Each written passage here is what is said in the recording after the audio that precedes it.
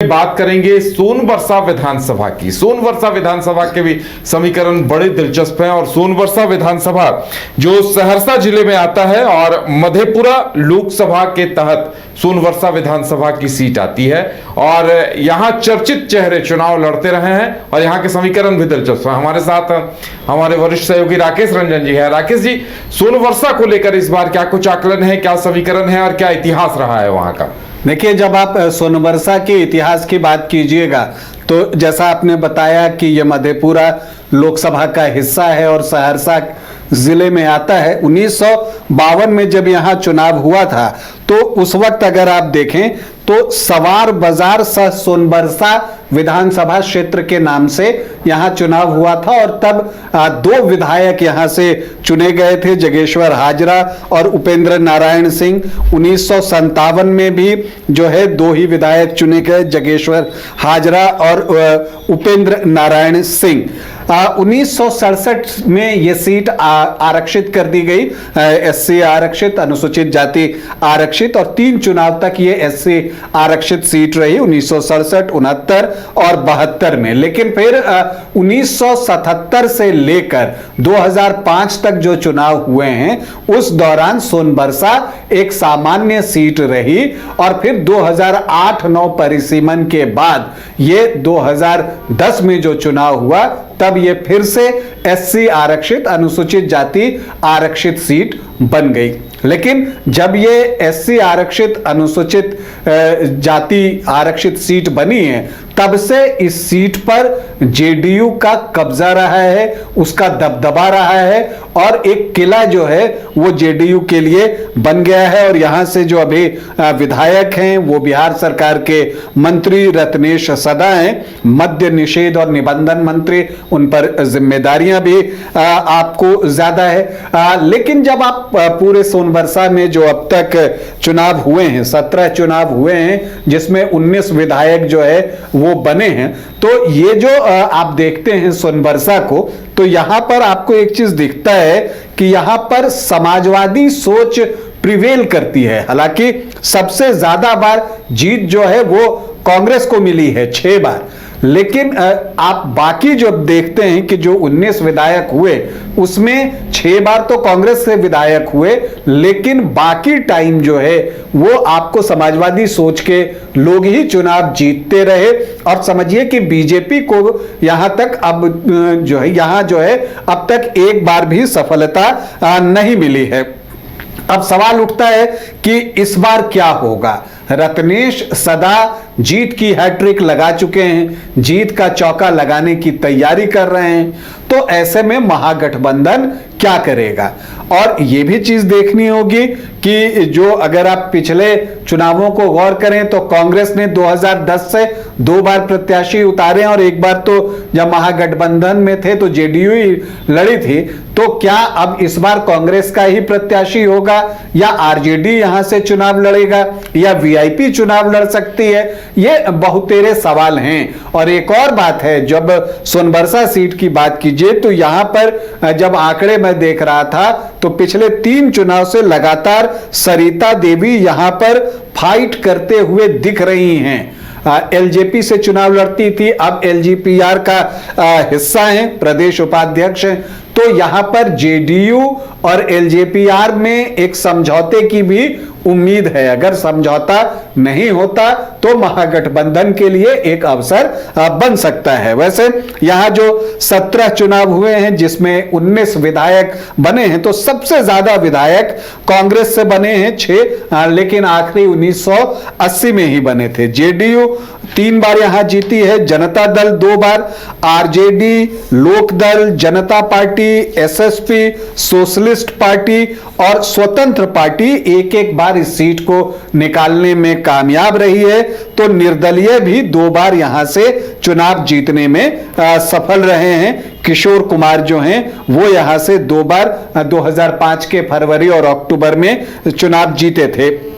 अगर ज्यादा बार चुनाव जीतने वालों की हम बात करें तो अशोक कुमार सिंह ने 4 बार यहां से जीत हासिल की है, जगेश्वर हाजरा 4 बार जीते हैं और रत्नेश सदा को भी 3 बार यहां से कामयाबी मिली है। अब हम आखिरी 3 चुनावों की बात कर लें। 2010 से जब ये एससी आरक्षित सीट बना फिर से, उस समय से, तो 2010 में रत्नेश सदा ही यहां से जेडीयू के कैंडिडेट थे और तब कांग्रेस ने यहां से तारनी ऋषिदेव को चुनावी मैदान में उतारा था और एलजेपी से सरिता देवी थी और सीपीआई ने देवनारायण पासवान को जो है वो अपना टिकट दिया था। लेकिन जब यहां पर चुनाव होते हैं तो 56,633 वोट रत्नेश सदा को मिलते हैं, मतलब कि 47.38% वोट। और यहां पर अगर आप बात करें तो कांग्रेस जो है वो दूसरे स्थान पर नहीं आ सकी, वो तीसरे स्थान पर चली गई। दूसरे स्थान पर एलजेपी आई और सरिता देवी को 25,188 वोट मिले, 21% वोट वो दूसरे स्थान पर रही, जबकि तारनी ऋषिदेव को 10,433 वोट मतलब 8.73% वोट आए और देवनारायण पासवान जो सीपीआई के उम्मीदवार थे उनको 4,633 वोट मतलब कि 3.88% वोट आए। तो इस चतुष्कोणीय मुकाबला में रत्नेश सदा ने 47.38% वोट लाकर चुनाव जीता, बड़े मार्जिन से जीता, 31,445 वोटों से। फिर 2015 आता है। 2015 में महागठबंधन आकार ले चुका था और एक सशक्त महागठबंधन बना था और उसमें जेडीयू, आरजेडी और कांग्रेस तीनों शामिल थे।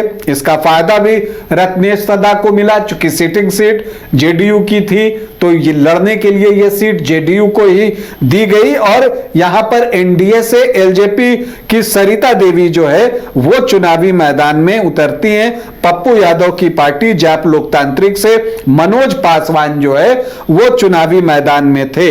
लेकिन यहां पर ऑलमोस्ट आमने सामने का मुकाबला हुआ, लेकिन वो एक तरफा हुआ। ऐसा नहीं है कि वहां पर कोई कंपटीशन या प्रतिस्पर्धा देखने को मिली। रत्नेश सदा को 88,789 वोट आए, मतलब कि 59.67%। तो 60% वोट लगभग रत्नेश सदा को ही आ गए और सरिता देवी को 23.5% वोट आए, 35,026 वोट। और मनोज पासवान जो जैप लोकतांत्रिक के प्रत्याशी थे उनको 5,443 वोट आए, 3.66% वोट। तो यहां पर रत्नेश सदा को जो जीत मिली वो मिली 53,763 वोटों की। तो मार्जिन बहुत बड़ी थी, मैसिव थी।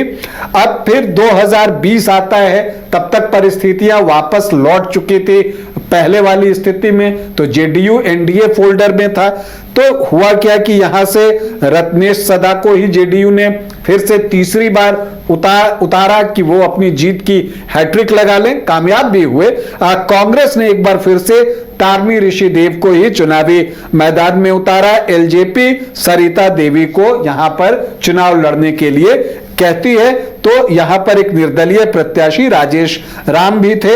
हालांकि मुकाबला त्रिकोणीय ही हुआ। यहां पर जेडीयू, कांग्रेस और एलजेपी के बीच में रत्नेश सदा को 67,678 वोट आए, मतलब 40.2% वोट। और तारनी ऋषिदेव को 54,212 वोट आए, मतलब कि 32.2% वोट। और सरिता देवी जो एलजेपी की प्रत्याशी थी उनको आए 13,566 वोट, मतलब 8.1% वोट। और इस ट्रायंगुलर फाइट में रत्नेश सदा जो हैं वो 13,466 वोटों से चुनाव जीतने में कामयाब हुए। अगर एलजेपी नहीं होती, या इस बार ही आप सोचिए कि अगर एनडीए में एका होता है तो वैसी परिस्थिति में यदि एलजेपी का कैंडिडेट न हो तो वो 13,566 वोट भी रत्नेश सदा की तरफ शिफ्ट हो सकते हैं। और इसके संकेत आपको दिखे भी जब लोकसभा का चुनाव हुआ तो यहां दिनेश चंद्र यादव जो है वो 38,000 वोटों से लीड करने में कामयाब हुए, 38,108 वोटों से। तो यहां का जो समीकरण है वो दिखता है कि हां ये जेडीयू को सपोर्ट करता है। उस पर भी हम आएंगे, जातीय समीकरण पर, लेकिन पहले दावेदारों की बात कर लें तो देखिए जेडीयू से तो ये तय है कि रत्नेश सदा को ही टिकट मिलेगा, मंत्री भी हैं और मैसिव विक्ट्री भी हासिल कर रहे हैं, तो टिकट तो उन्हीं को जाएगा।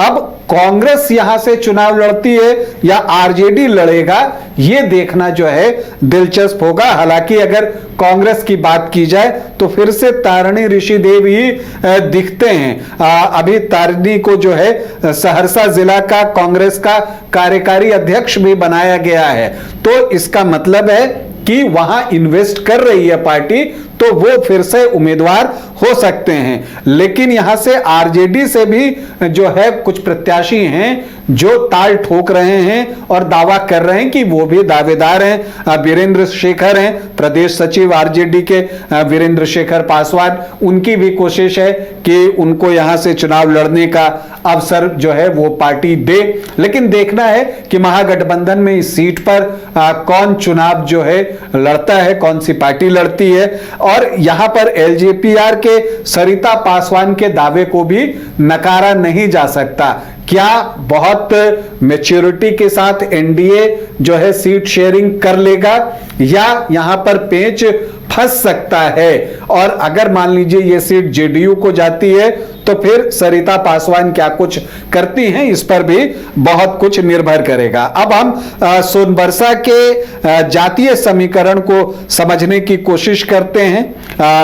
एमवाई का मजबूत जोड़ है, लेकिन जेडीयू ढूंढ लेता है इसका तोड़ हर बार, और यही वजह है कि पिछले 3 चुनाव से लगातार जो है रत्नेश सदा जीत रहे हैं। इसके अलावा यहां पर कुर्मी, कोयरी, राजपूत, ब्राह्मण भी अच्छी संख्या में हैं। तो एक अनुमान जो हमने लगाया है एक विश्लेषण के जरिए, उसमें अगर आप देखें तो जो एससी वोटर्स हैं, अनुसूचित जाति के वोटर्स, वो 19.64% हैं और जो मुस्लिम वोटर्स हैं वो 15.4%, मतलब लगभग 15.5%।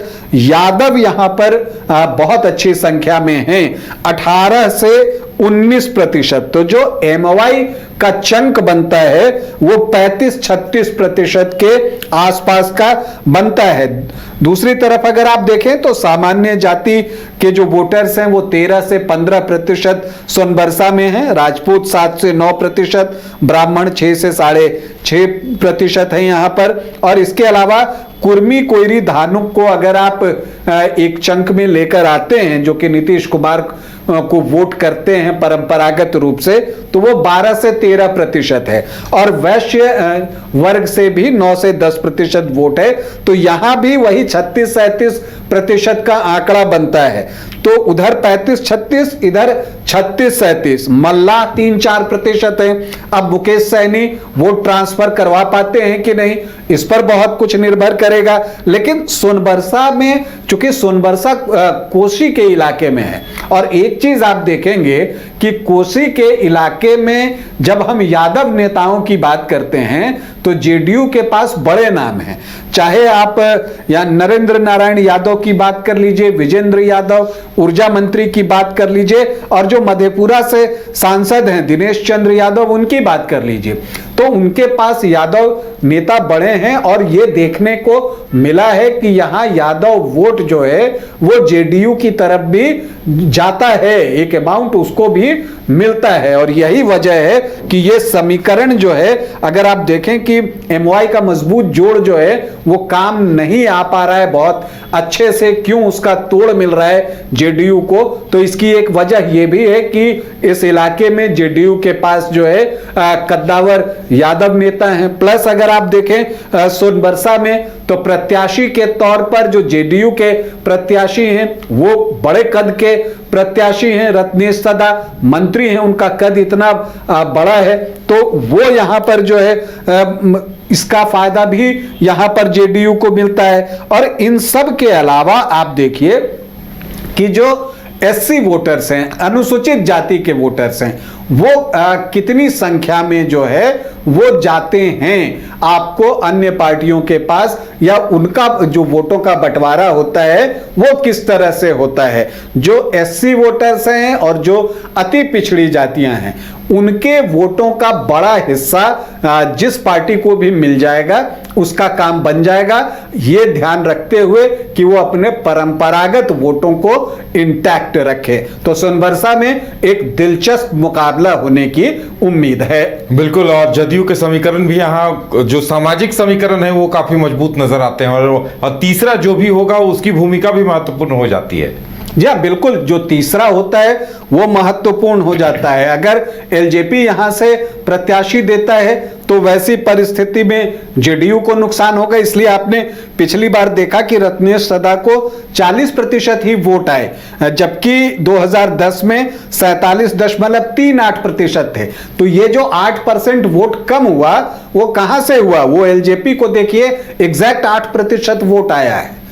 तो एक ये चीज महत्वपूर्ण है। और जब आंकड़ों से ही हम समझने की कोशिश कर रहे हैं तो एक और चीज जो मैंने बताया कि एमओवाई इक्वेशन को जोड़िए तो 35 से 36% के आसपास पहुंचता है, लेकिन कांग्रेस प्रत्याशी को कितना मिला? 32%। तो ये 4-5% कहां जा रहा है? वो भी इसका मतलब है कि यहां पर यादव वोटों में डेंट लग रहा है। तो ये चीजें जो है सोनबरसा के चुनाव को खास बनाती हैं। ऐसे भी इस सीट पर सबकी नजरें होती हैं और ये सीट पर यहां पर जेडीयू जीत का चौका लगाने को बेचैन है, और जो यहां पर रत्नेश सदा मंत्री हैं उनकी पूरी कोशिश होगी कि वो जो है जीत का चौका इस बार सोनबरसा में लगा लें। अब वो अपने इरादे में कामयाब होते हैं या नहीं ये तो आने वाला वक्त बताएगा, क्योंकि अभी चुनाव में वक्त है। चुनाव को चढ़ने दें तो और भी दिलचस्प मुकाबला हमें यहां देखने को मिलेगा। चलिए, तो इंतजार किया जाए कि सोनवर्षा में समीकरण क्या देखने को मिलते हैं। महागठबंधन से कौन होता है मुकाबले में रत्नेश सदा के, और इसके साथ तीसरा कौन, ये भी एक अहम बात होती है। इंतजार किया जाए कि समीकरण और प्रत्याशियों के नामों का पहले खुलासा हो।